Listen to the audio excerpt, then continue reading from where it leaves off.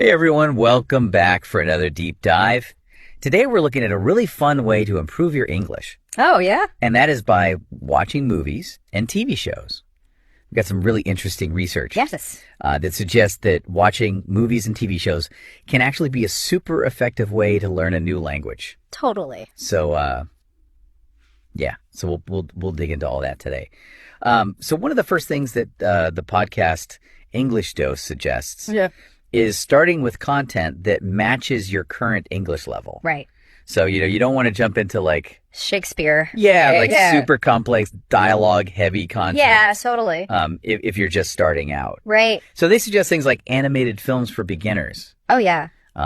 or even documentaries for more advanced learners. Yeah. What do you think about that? Well, I think that's a great idea. I think it's really important to find content that is engaging and enjoyable for the learner. Yeah. Because if you're not enjoying what you're watching, you're not going to be motivated to keep learning. And I think that's really key, is to make the learning process feel less like work and more like fun. Right.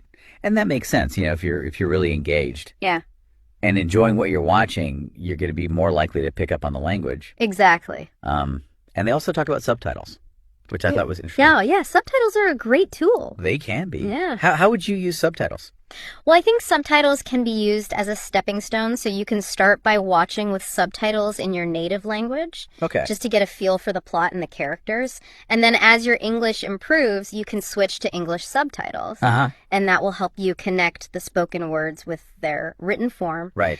And then eventually the goal is to be able to watch without subtitles at all. Yeah, I actually did this when I was learning Spanish. How cool. I had to have the subtitles on at first, but after a while I started realizing, I don't even need to read the subtitles anymore. Exactly. So, yeah, it's a really cool method.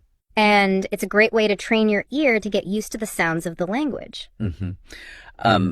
One other thing they touched on was the idea of focusing on small sections of content rather than trying to understand everything at once. Oh, absolutely. So really dissecting scenes. Yes. Or even just individual lines. I think that's such a valuable technique because it allows you to really slow down and pay attention to the details of the language. The pronunciation, the intonation, the nuances of how words are used in context.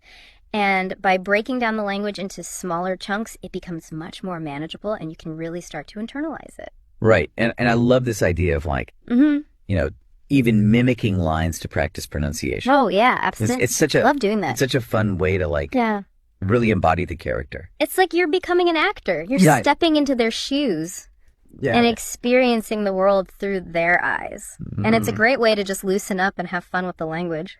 Totally. Yeah.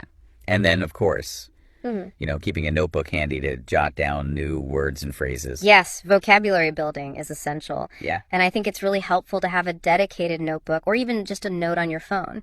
Yeah. Where you can keep track of all the new words and phrases that you come across. Yeah.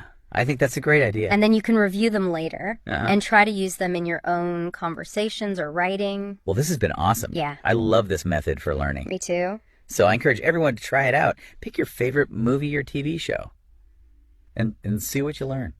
What if we told you that the key to mastering a language isn't just about hitting the books, but also about immersing yourself in the stories, the characters, and the worlds that capture your imagination?